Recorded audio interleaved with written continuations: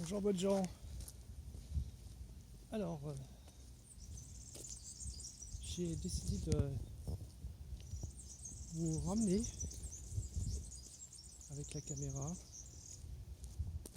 vers l'extérieur. Alors le confinement à l'extérieur, ça faisait un moment que je ne l'ai pas fait. Et je pense que c'est une bonne occasion. Il fait beau soleil, il fait un instant magnifique. C'est passé le camion.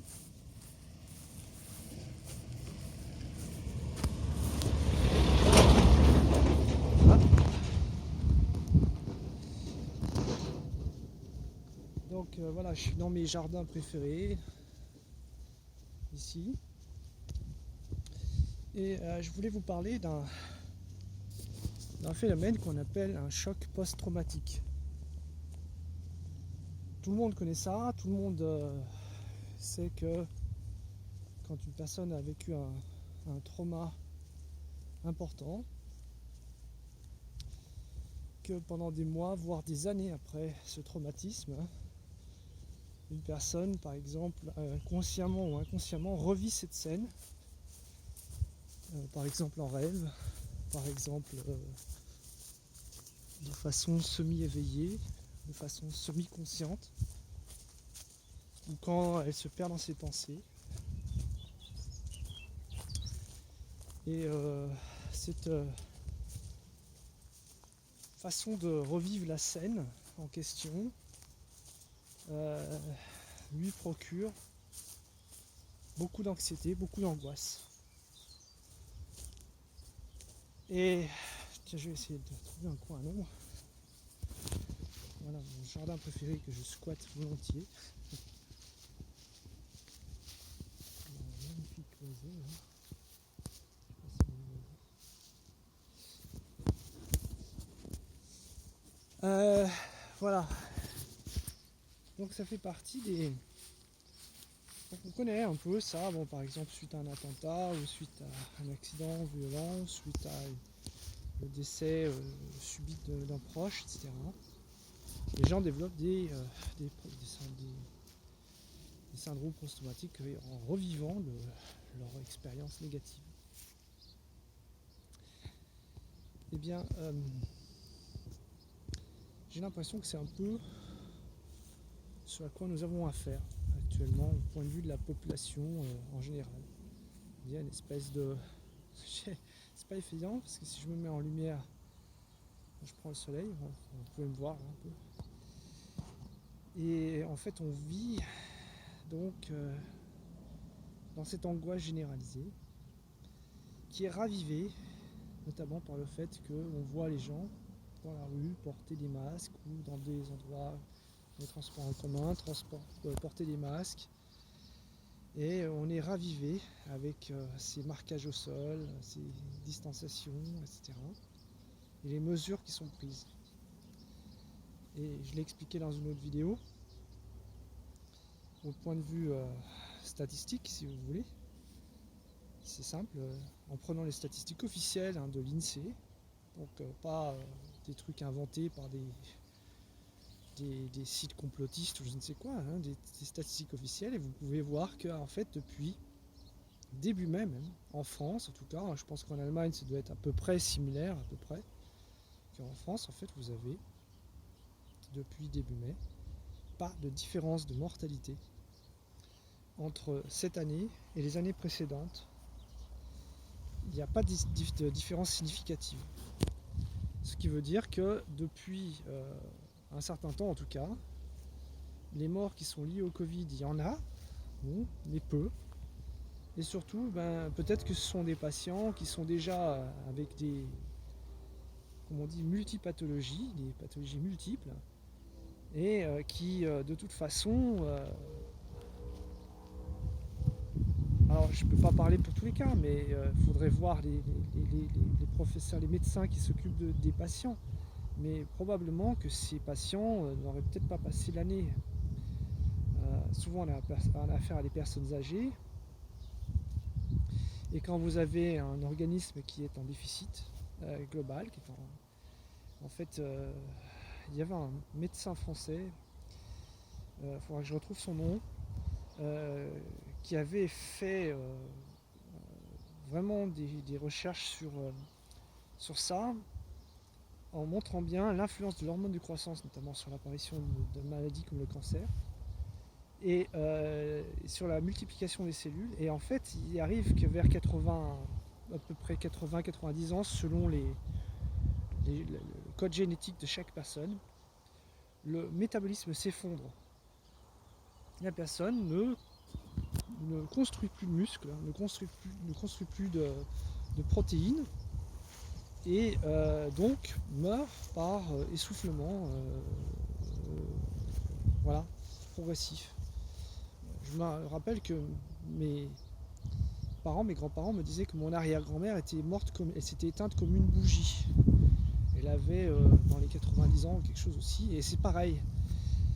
Donc en fait, quand on nous fait croire qu'on va pouvoir prolonger la vie jusqu'à, je sais pas moi, 120, 150 ans, etc., je pense que ce sont des chimères, parce qu'il y a des processus. La mort fait partie de la vie.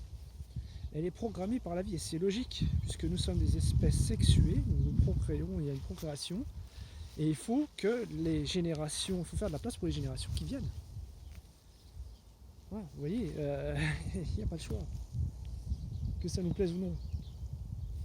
Donc, en fait, il y a un docteur allemand à Hambourg qui s'appelle docteur Puschel qui a dissectionné les corps. Vous savez que l'OMS avait interdit de le faire, des patients qui étaient morts du Covid. Et dans son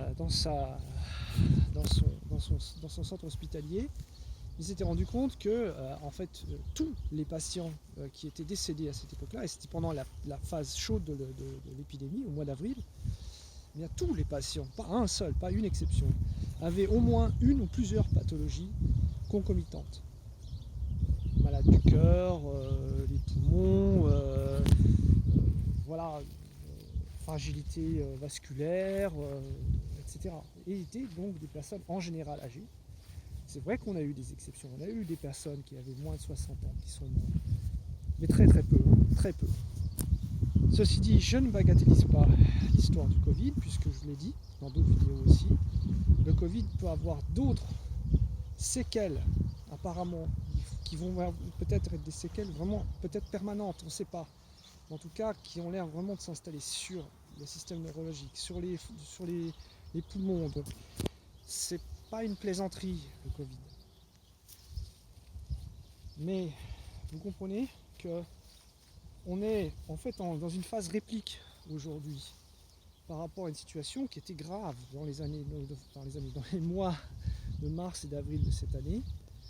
Il y a eu vraiment un pic d'épidémie. Et par exemple, les statistiques de l'INSEE le confirment. Il y a eu un pic, alors je ne l'ai pas quantifié, mais on le voit. Hein. Alors, Sylvano Trotta, je ne sais pas, ici à appuyer sur une autre statistique, il l'a quantifié à 43%. Bon. Peu importe, on voit qu'il y a une surmortalité. Par contre, là, aujourd'hui, et ça fait depuis 2 mois que ça dure, il n'y a plus de surmortalité. C'est pas significatif. C'est-à-dire que si les gens meurent, eh bien, c'est parce qu'ils sont touchés par le Covid, certes, mais il y a d'autres complications, il y a d'autres pathologies qui accompagnent cette maladie et qui, peut-être, en accélèrent le processus, si vous voulez. Et c'est comme si nous nous retrouvions dans une espèce d'état post-traumatique.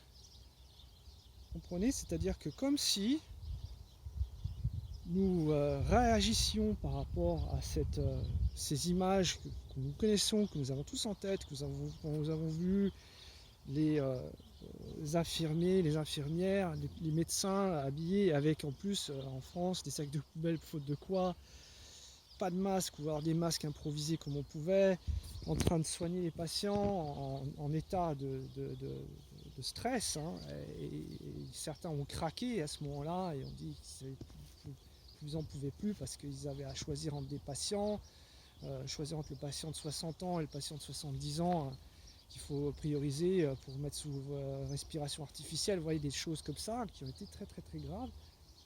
Mais voilà, de toute façon, ça c'est du passé. On vit encore avec ces images-là.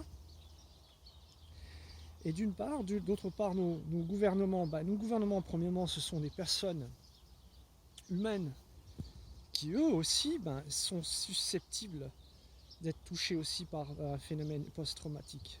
Il n'y a pas de raison que parce qu'on est un gouvernant, on ne soit pas touché par ces phénomènes post-traumatiques.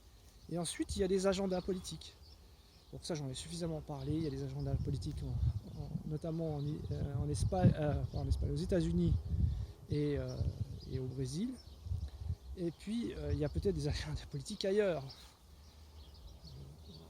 Vous comprenez très bien que si notre président fait son défilé du 14 juillet en n'ayant pas de public, alors que l'an dernier il a été conspué,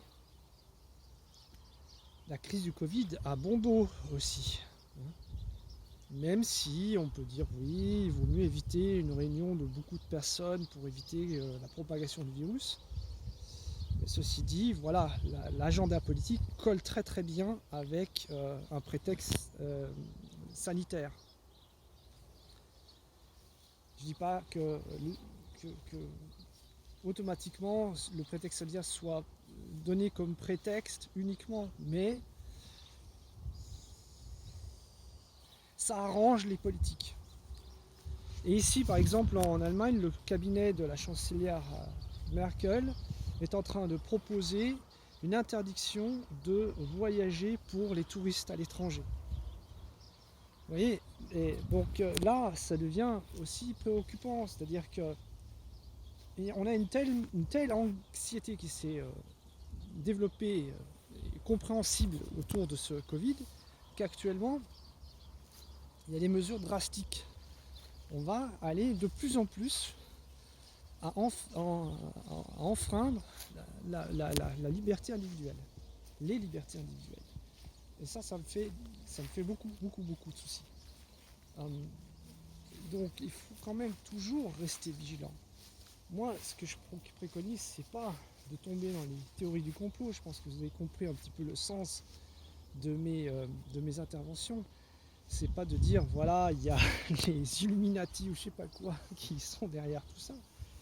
Ceci dit, très certainement que certaines parties prenantes, par exemple laboratoires pharmaceutiques, par exemple, si l'OMS est financé, et le premier financier est un financier privé qui s'appelle Bill Gates, qui a une fondation qui est en collaboration avec cette organisation Gavi qui préconise le développement d'un vaccin pour toute la planète, donc un vaccin, une espèce de vaccin universel qui ne fonctionnera pas, ça je peux vous le dire par avance, parce que si vous avez un virus qui mute comme ça depuis début janvier 3200 fois, vous pouvez toujours courir après un vaccin. Ça sera à 6 ans en mettant au point, il ne fonctionnera pas.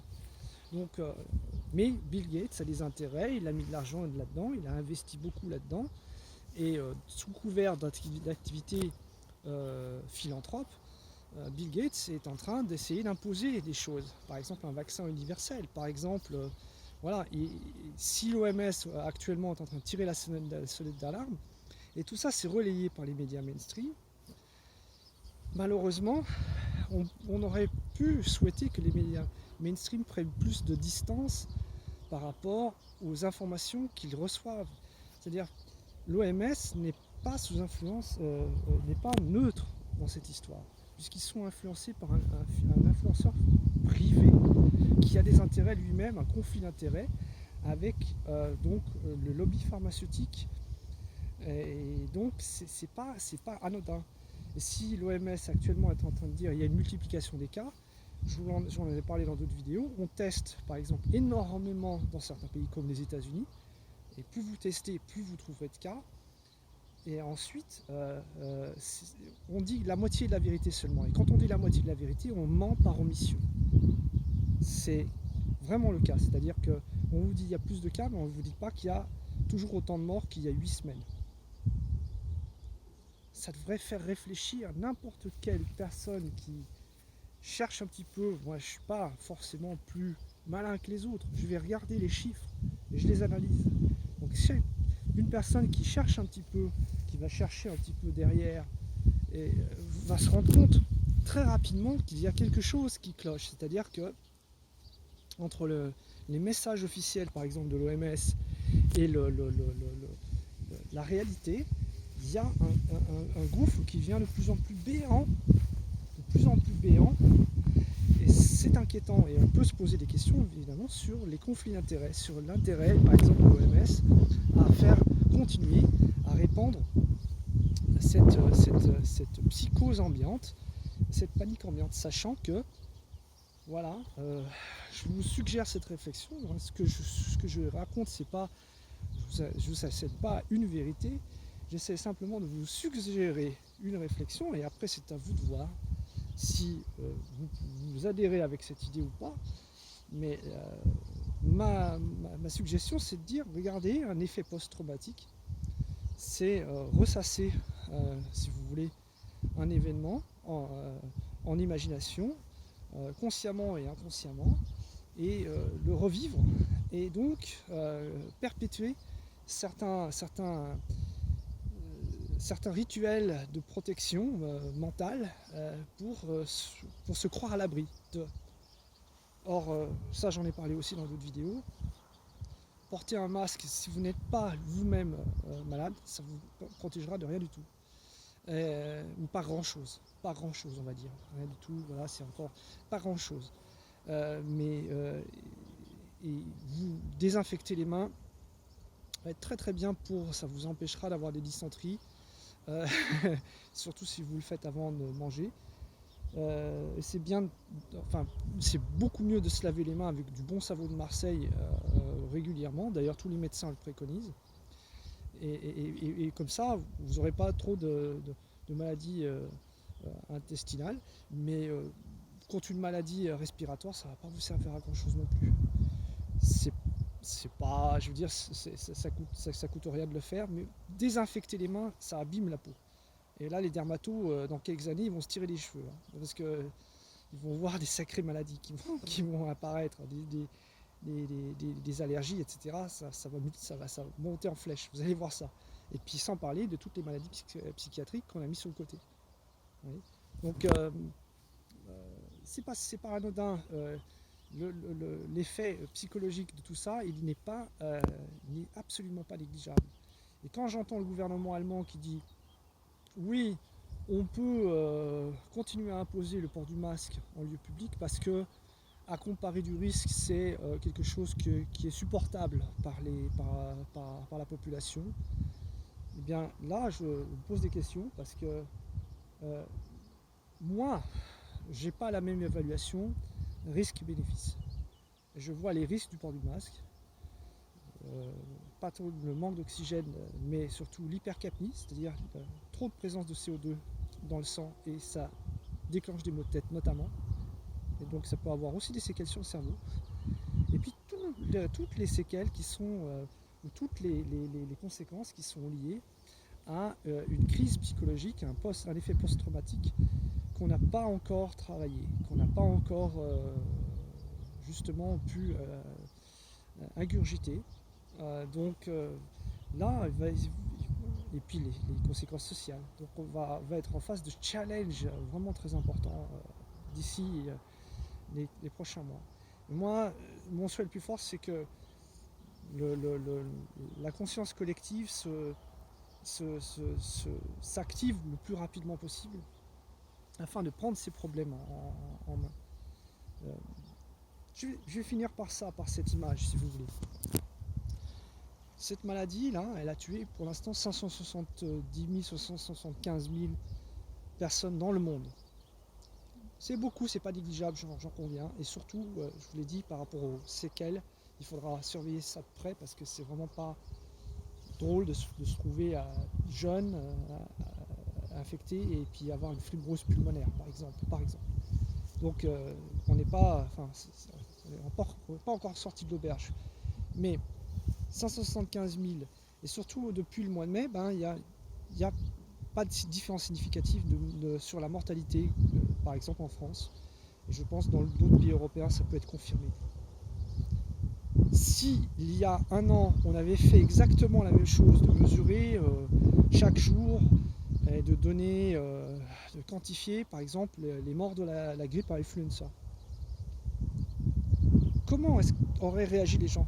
Vous voyez, ces statistiques officielles, elles sont observées par des observatoires de santé, elles sont observées par les spécialistes, les épidémiologistes qui sont, c'est leur boulot quotidien d'évaluer le risque d'une épidémie dans une population. Mais ce sont les spécialistes, ils savent faire avec les chiffres, ils savent relativiser ces statistiques.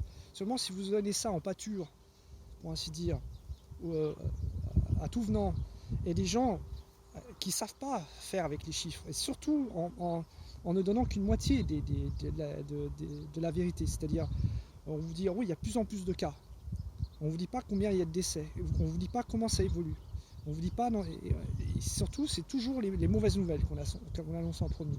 Ah, dans tel pays il y a un cluster, dans tel machin il y a de nouveau, il y a je ne sais pas combien de milliers de cas, etc. C'est de plus en plus grave. De toute façon il y aura de plus en plus de cas. Ça ne veut rien dire en soi de dire qu'il y a plus de cas. Il faut analyser les choses. Donc, et si on vous avait fait le même coup avec d'autres épidémies, la rougeole, le paludisme, le sida, la grippe, on ne peut pas se focaliser que sur la grippe. Comment aurait réagi l'écrasante majorité de la population? On aurait. D'ailleurs, je pense que c'est pour ça qu'on ne répand pas ces chiffres en général. C'est parce que justement, on sait très bien que ça peut déclencher des effets de panique. Donc, autant pendant un certain temps, peut-être qu'il était utile de faire prendre conscience de la gravité de la situation, parce qu'en mars et avril, c'est tombé comme des mouches, comme j'ai dit, surtout en Europe. Mais maintenant, peut-être qu'il faudrait, maintenant que l'épidémie ici est passée, peut-être qu'il faudrait justement, de la part des pouvoirs publics et de la part des intellectuels, et de la part des gens qui tentent de mettre de la logique là-dedans, de faire reprendre la raison sur les émotions. Ça c'est mon message, mon leitmotiv que je répète ces temps-ci. Essayez de faire travailler votre logique.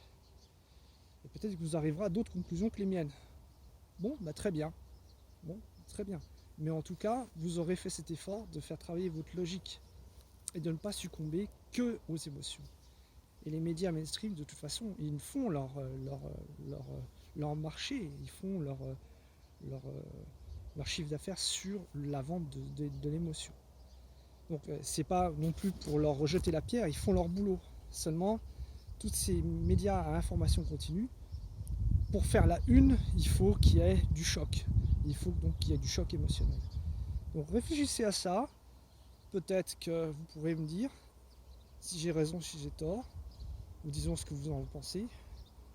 Est-ce que nous ne serions pas tous un petit peu sous l'effet d'une façon plus ou moins importante, d'un choc post-traumatique? Voilà. Bonjour chez vous.